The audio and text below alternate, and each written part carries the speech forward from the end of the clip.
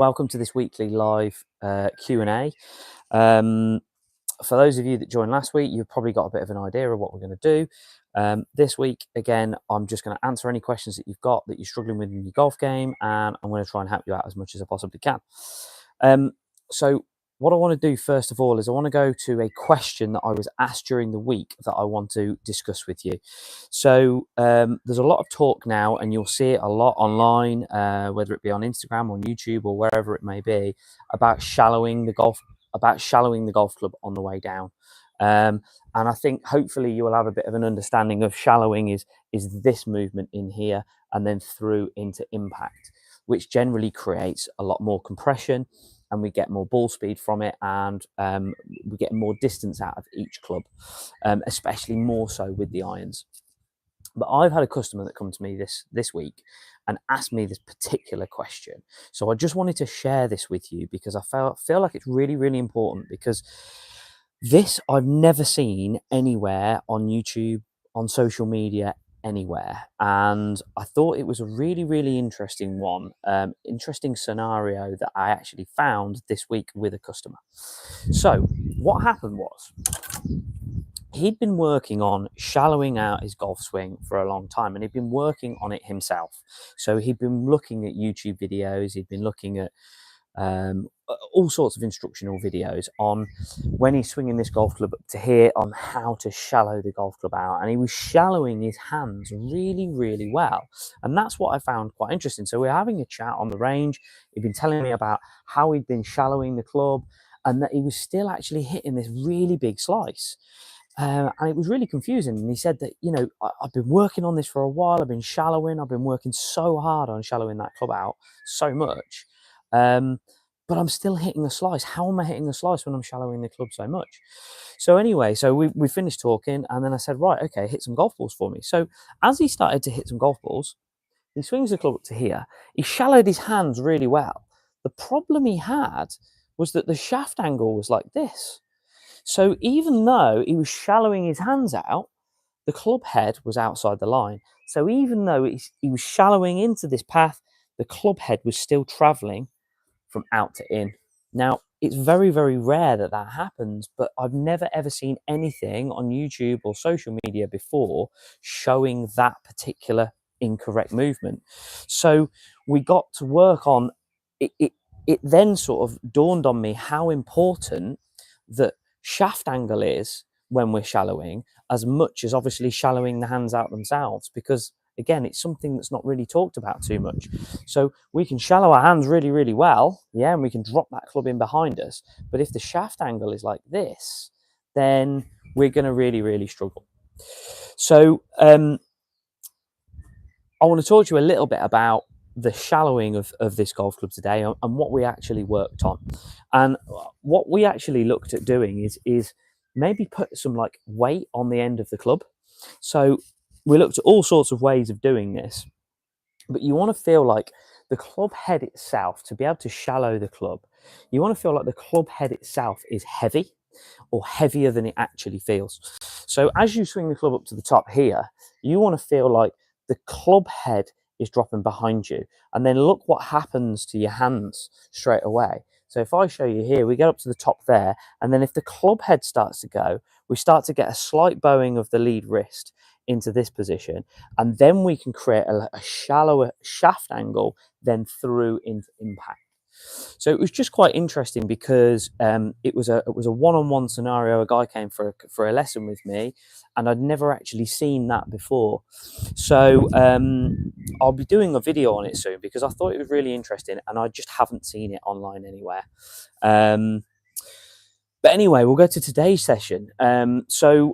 Hopefully we've got a few viewers now, and what this is all about, it's a weekly Q&A. So if you're struggling with anything in particular with your golf swing, then I want to try and help you out as much as I possibly can. Obviously, without seeing you swinging a golf club, sometimes it can be difficult, but I want to try and just give you my insight. I've been coaching for getting on for 20 years now. So just to give you a bit of an idea, hopefully, of how you can maybe resolve a particular issue that you may have, or whatever it might be. So if you drop something into the comments, if you're struggling in particular, what I'm going to do though is comments on here, because I can't see anything right now. Top chat, there we go. Right, okay, so if you've got anything that you're struggling with in particular, drop it into the chat and I will try and help you out. So anyway, going back to the story that we were talking about, with regards to this shallowing, because of where the shaft angle was, he was never going to shallow the club into impact. It was always going to come in steeper. And that's why he was still hitting a slice, even though he felt like he was shallowing his hands, because it's where the shaft angle was. So it's so important if you're trying to, if at this point in time you're trying to shallow out the golf club, for whatever reason that may be. It might be to reduce the slice. It might be because you want a slightly higher ball flight, or whatever it might be.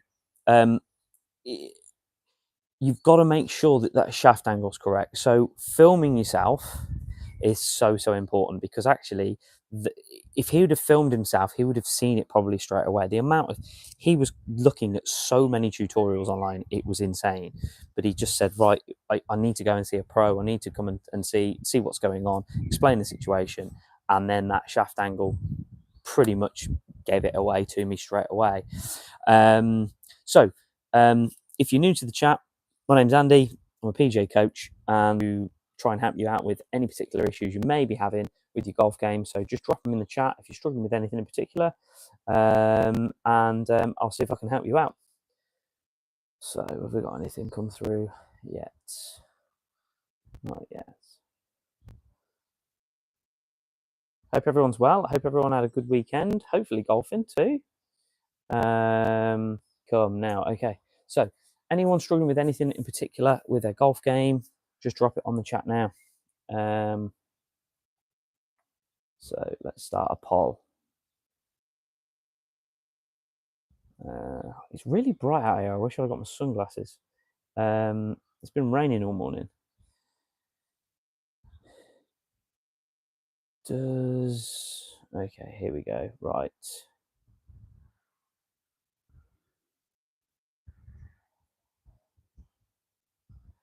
With your golf game. Okay, let's see what the poll says. Do you need help with your golf game? If you do, drop it on the chat now, and I'm going to see if I can help you out. Right. Okay, so anyone got anything that they're struggling with in particular? We've got a vote already. What's the vote? Yes. Drop it on the chat. Anything you're struggling with, drop it on there.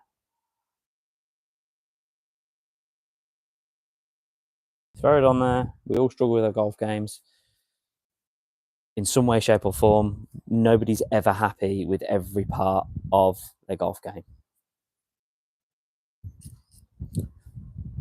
Johan, early extension. Okay, right. Okay, so it's a big hot topic right now, early extension. Early extension, generally, early extension is a movement of, if those viewing aren't familiar with early extension, it's a case of a movement forwards on the way through, and it's an actual movement of the hips going from here to there. So it means that as we're striking the golf ball, we're pushing the club out to that way. We're pushing the club out that way. So generally, what I like anyone who's struggling with early extension is feeling like you rotate properly. And how do you rotate properly?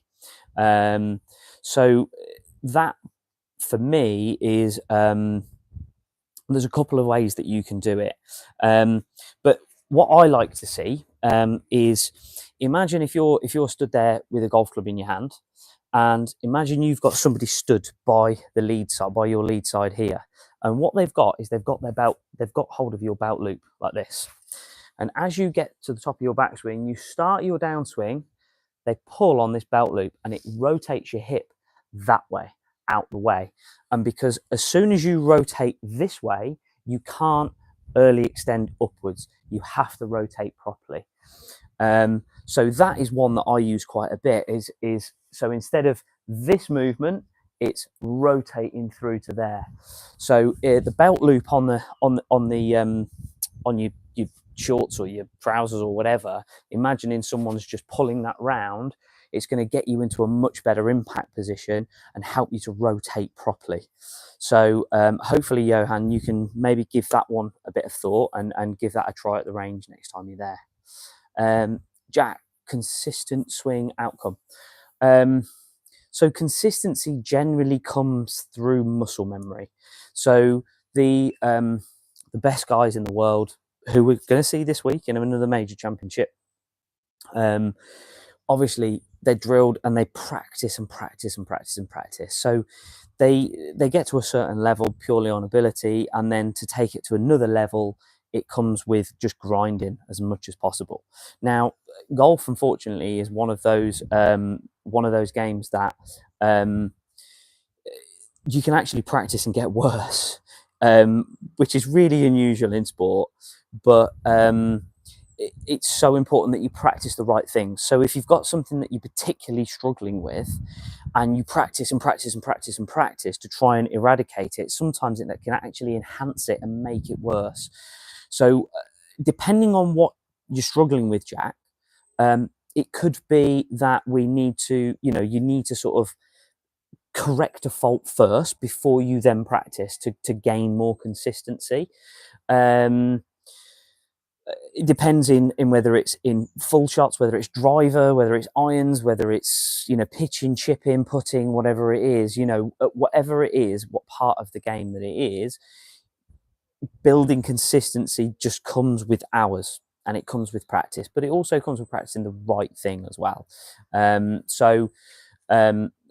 Is there anything in particular, Jack, if you're still online, is there anything in particular that you are struggling with regards to consistent sort of outcome? Is there a shot pattern with regards to, like, I always hit it right, or I always hit it left, or it goes too high, or I'm topping it, or whatever? If you could maybe just put that on there, then maybe I could help you out with that, and then we can start to look at the consistency side of things from there. Okay, Johan, no problem at all. Hopefully that works for you with regards to the belt loop. So it's early extension. There's lots of things that you will see online with regards to fixing it. Generally, golf is all about rotation. We need the correct rotation, and basically early extension is more of a lateral than it is a rotation. So it's just changing that lateral and turning it more into a rotation. So go and give that a try, and hopefully that works for you. Okay, so where are we? Okay, so we have 4 votes in, and they're all yeses. So let's have some more issues put on here if we possibly can, and I will try and help you out as much as possible. Right.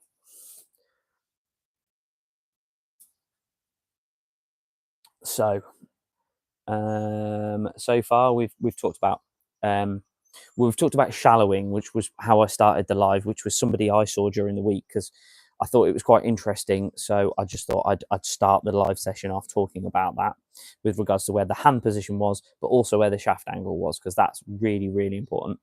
Then Johan's asked about early extension, which we've talked a little bit about. Hopefully, Johan, you can go away and practice that a little bit and just start rotating properly. Jack, we've looked at consistent swing outcome. So I've just had a reply from Jack here. So okay, so Jack, we've got, thank you, my 7-iron to 4-iron, left and right all over the place. Everything else is consistent. Okay, so so generally it's you're struggling more with like long irons. Could be a number of things. I mean, the thing that I would say is when we do our training as PGA pros, what we do is we look for ball flight, and the ball flight pretty much tells us everything that we need to know with regards to what's happened at impact. When we get a bigger dispersion, i.e., there's no pattern, so it's just it's very, very random. It's very, very difficult sometimes then to diagnose what the issue actually is. It's even more difficult when I'm not watching you swing in a golf club and I'm trying to answer your question here, but I will try my very best for you, Jack. So it could be setup, because what I always go to, first of all, because it's the easiest thing to change, right? When we're playing golf, unlike a lot of other sports where the ball's moving around, the ball is still in golf. So we've got lots of opportunity to be able to get ourselves into the correct positioning. So I set up ball position, am I the correct distance from the ball, is my posture right? Lots of things that we can do prior to even swinging the golf club that we can get right before we even actually swing the club. So what I'd say to you is, if you're getting a random mix, then it might be something to do with your setup. It might be that you've got the ball position too far back. You've got in your stance, you've got the ball position too far forwards in your stance if you're going left and right. And then, if you're hitting one right and then one left, it might be that you're trying to compensate for the next one that you're hitting. So what I'd probably do, if I'm honest, Jack, is I would take those particular problem golf clubs to the driving range, and I would specifically work on ball position and try ball positions with all of those, try slightly different ball positions with all of those clubs, and try and find something or somewhere that feels more consistent for you with regards to your dispersion. If you find something that's not going too far right or too far left and we're getting the dispersion a little bit better, then that might just help you out. But again, it's difficult without actually seeing you swinging a club, to have like a bit of a random shot pattern. It's difficult for me to diagnose, and I wouldn't want to assume anything either. So I would say that's probably the best place to start, Jack, is get yourself to the driving range, take those problem clubs up there, and just try tweaking about, try playing about with the ball position with each of those clubs, and just see if it starts to work a little bit better. Hopefully that helps. Hopefully that helps. And then, like I say, I'm on this weekly. Well, I've started this last week. This is my second one now. I'm going to try and go live every single Tuesday around about this sort of time.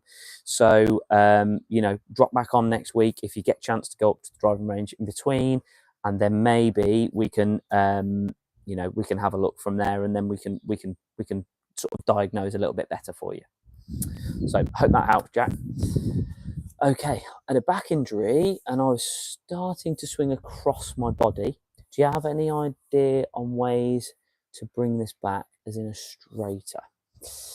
Okay, right. Okay, so back injury. Okay, so I have I do a lot of work with customers that have had surgery, or they're coming back from injuries, or that sort of thing, and what I have to do is be very, very careful as to whether to not cause any further problems. So it's one that it can be a little bit difficult. If I was stood watching you hit golf balls, we can see what's painful, what's not painful, and we can tweak it, and we can sort of look at where the extremes are. Swinging across your body, I presume when you say swinging across your body, you're swinging this way across your body, so you're hitting like a bit of a left to right slice. If you're right-handed, you're hitting a bit of a slice. One of the it's all on what's going to possibly impact your back, and hopefully your back is better now that you're swinging a golf club. If you could just explain a little bit more for me with regards to, if you're swinging the club, are you hitting a slice? Is your shot shape a slice? Is what I'm asking. If you could just drop that on there, then that would probably just help me out a little bit, if it could. Jack, thanks. Awesome. That sounds good, Jack. Yeah, if you give that a try, just like I say, play about with it, see if it it may be that just tweaking ball position could, you know, really start to help you, you know, improve your striking, and more so just reducing that dispersion with regards to like left and right, and where's that, you know, when you stand there and you're thinking, well, where do I aim, because I'm you know, I'm hitting it right and I'm hitting it left. You know, if you're consistently hitting it right, at least we can sort of, you know, maybe aim a little bit further left. But when it's, you know, a bit of a random mix, you know, we want to try and bring that dispersion in first before we then fully diagnose as much as we possibly can. So hack that out. I think it's tees. Yeah. So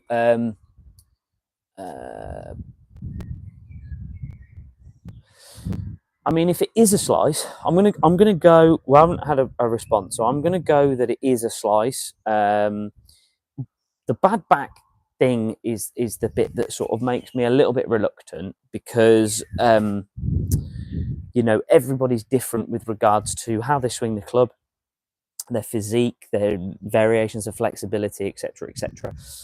So I wouldn't want to give you any advice that may then start to cause you any problems. So if we went purely on, let's take the bad back out of this now, just purely for this live, and if we said, right, okay, we're swinging the club a little bit over the top. So if we're taking the club away here and we're swinging the club away like this, and we're coming over the top, and then that means we're going to cut across the golf ball and create that spin that's going to send that ball out to the, oh, we've got a response, right? Okay, the back is back to normal now, but I've brought a mix of my good and bad swings back together. I'm pulling across it like you said, but it's coming out left and causing mishits to the left now. Okay, right. So I think I'm pretty happy with how you're swinging it now. So if we're going to swing the club up to the top and then the club's going to come across us like this, then what we need to understand is it's the path in which the club is taking at the point of impact is the greater force. So if it's a greater force, whichever way that club is traveling, the ball is going to start closer to that line. The club face is the other point of impact, and if that club face is open to the path, then we create side spin and we create that left to right slice. What happens when you hit it straight left is you square the club face up to the path it's taking. So the path always pretty much remains the same because it's a muscle memory thing. So people who slice the ball, what happens is you hit slice, slice, slice, then all of a sudden it just goes straight left. And people are confused by this. But the swing is exactly the same. All you've done is you've changed the club face at the point of impact. It's then purely down to club face control. So what happens then is instead of delivering the club face to the ball open, we deliver it more shut, and it just sends the ball straight left. But the path and the swing remain exactly the same. So to change the path is a really, really difficult process. Not going to lie to you. There are really no major quick fixes with regards to over the top movement, but there are lots of ways that we can change it over a period of time. It's more about muscle memory and breaking and changing muscle memory than anything else. And muscle memory is really, really difficult to break and change.